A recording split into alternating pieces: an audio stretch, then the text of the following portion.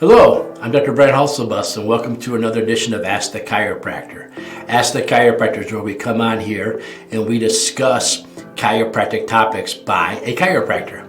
All too often, people ask advice about chiropractic care from someone who's not a chiropractor. Matter of fact, this week I had an encounter with a DO who tried to explain to me that he does the same things I do, but when I started talking to him, I could see that he had no idea what I do.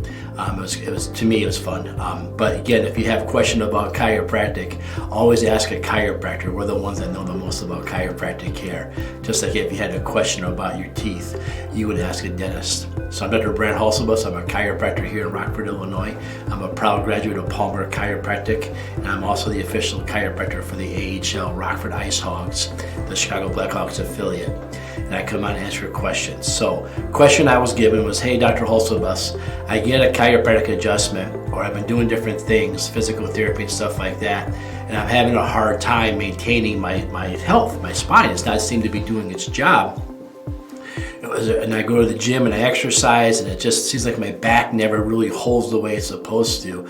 You know, what can I do? I work out, I exercise, I did physical therapy, but I keep having these problems. So what can I do to make it better?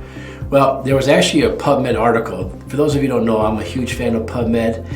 If you don't know what PubMed is, take a quick look at a previous podcast where we discuss it in more detail. But the short story here is PubMed is the best research. It's been tested and replicated. It's been proven to be pretty true to today's date. So this is called The Effectiveness of Spinal Stabilization Exercises on the Movement Performance in Adults with Chronic Lower Back Pain.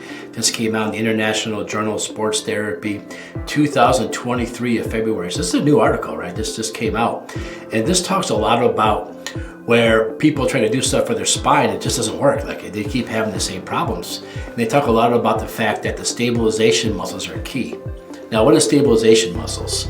Well, you see, there's a thing called the righting reflex, R-I-G-H-T, righting reflex. And that says no matter what, my eyes stay level. So if I start to bend and twist and move around, my eyes will always stay level. Another example, let's say that you were standing in front of me and I put a camera on you, slow motion, and I decided to walk up and knock you down. You'd be surprised on your way down the way your core, your spinal stabilization muscles move and twist you to keep your eyes level at all times. These muscles are extremely well innervated. You know, the spinal muscles in the back of your head and your neck have 273 neural connections per square millimeter. Now, what does that mean? The next closest is your jaw, your TMJ, and right there we're looking at about somewhere in the 70s. So this is like 200 times more. And again, they're so highly innervated, but yet there's something they don't have, and that's called the Goblet tendon organ. You probably heard me, if you listened to this before, you've heard me talk about this. Your big muscles of your arms, your shoulders, and your hips, they all have Goblet tendon organs, and your brain can consciously move those around. Muscles without these are 100% reflexatory, meaning their job is to keep you up. So we find is a lot of patients who have these reoccurring issues is they have really weak spinal stabilization muscles. So I work with the local high school. We talk to kids about a career in chiropractic, and they come in. I'm 48, they're 17, and I try to ask them which one of us can stand on 1 foot longer and keep our balance. And I have yet to lose. And if you know me, I am not some kind of gymnast or high rope trapeze artist or something like that by any means. No one's ever described me that way. But I do work on my spinal stabilization muscles all the time by challenging my balance. So, what's the course of action? I have chronic lower back pain. You listen to my other podcasts where I talk about NSAIDs don't work for chronic lower back pain. They actually create chronic lower back pain. You've heard my other podcasts where I talk about steroid injections in the spine that have never been FDA approved nor recommended by the manufacturer. And you say, hey, I still got chronic lower back pain. What do I do? Well, the first step is you go see a chiropractor, right? Because the first step is you got to get the stress off these joints. So the chiropractor's job is to give you a chiropractic adjustment, help get things back in alignment, flow in the right way. So now the chiropractor unlocks your spine. Step 1 cannot be skipped. Get your spine unlocked, get it where it's supposed to be, get it so it's free moving. Step 2, put the glue on it. Hold it in place better, do a better job. And how do you do that? That's what this article is talking about. It's talking about spinal stabilization muscles. And those are done by testing your balance.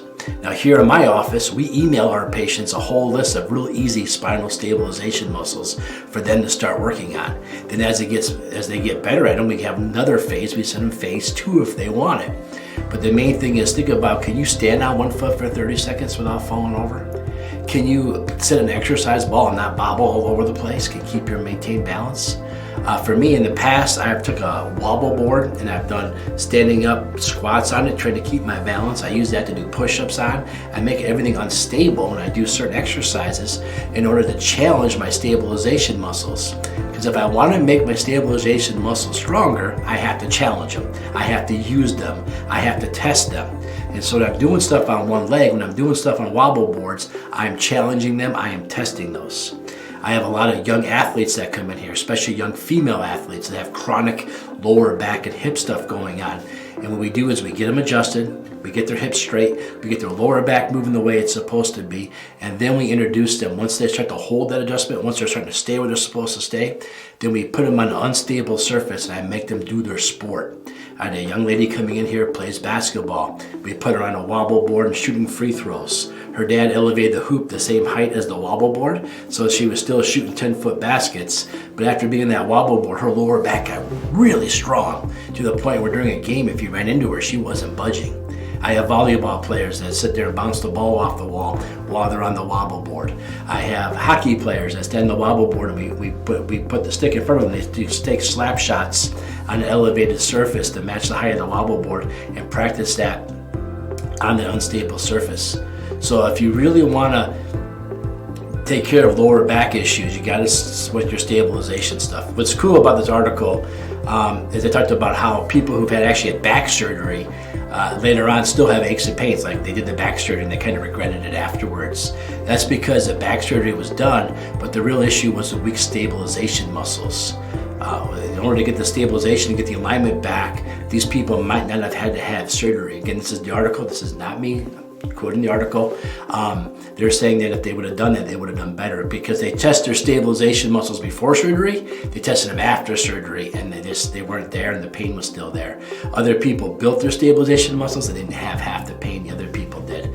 So learning those stabilization muscles is so key. And so where can I learn them? Besides, I go to the chiropractor, I get my spinal line. Can I go to the gym and learn them? Well, I mean, some strength conditioning coaches understand what I'm talking about. Not all of them. Right, not the guys that do it the old school way. We never did this stuff old school. Physical therapists. Well, if all your physical therapy is about stretching your lower back and stretching your hips, that's good stuff. But you're lacking the stabilization stuff. And again, almost any chiropractor can work with you on this because as chiropractors, we know how important these are. We see the difference in our patients with this and without this. So, if you're dealing with chronic lower back pain, going to a chiropractor, I'm going to evaluate your spine, get you in alignment, and talk to you about stabilization stuff afterwards. According to the science, according to the data, might be your best outcome in order to getting better, more than anything else. So last month I talked about the fact that when it comes to acute lower back pain, nothing's better than chiropractic according to the North American Spinal Society. We talked before, like I said, about other stuff not being a good choice long term as far as NSAIDs, non-steroidal anti-inflammatory drugs, and cortisone shots. So what's the answer?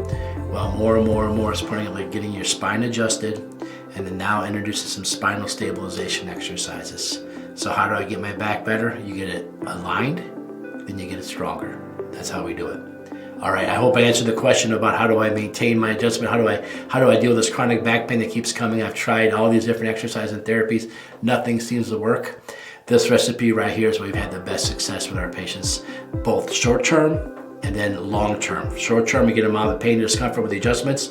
Long term, we work with them with adjusting them periodically, but introducing more and more spinal stabilization exercises. All right, I hope everybody got something out of this. Now remember, if you have a question about chiropractic or the chiropractor, go ahead and leave me a message below. Go to my website, rockforddc.com, rockforddc.com. Leave me a message there, hit the contact us, say, hey, I got a question for the chiropractor, and maybe next week when you tune on, we'll be answering your question. All right, I hope I answered everything. Thanks, everybody. I'll talk to you soon. Bye-bye.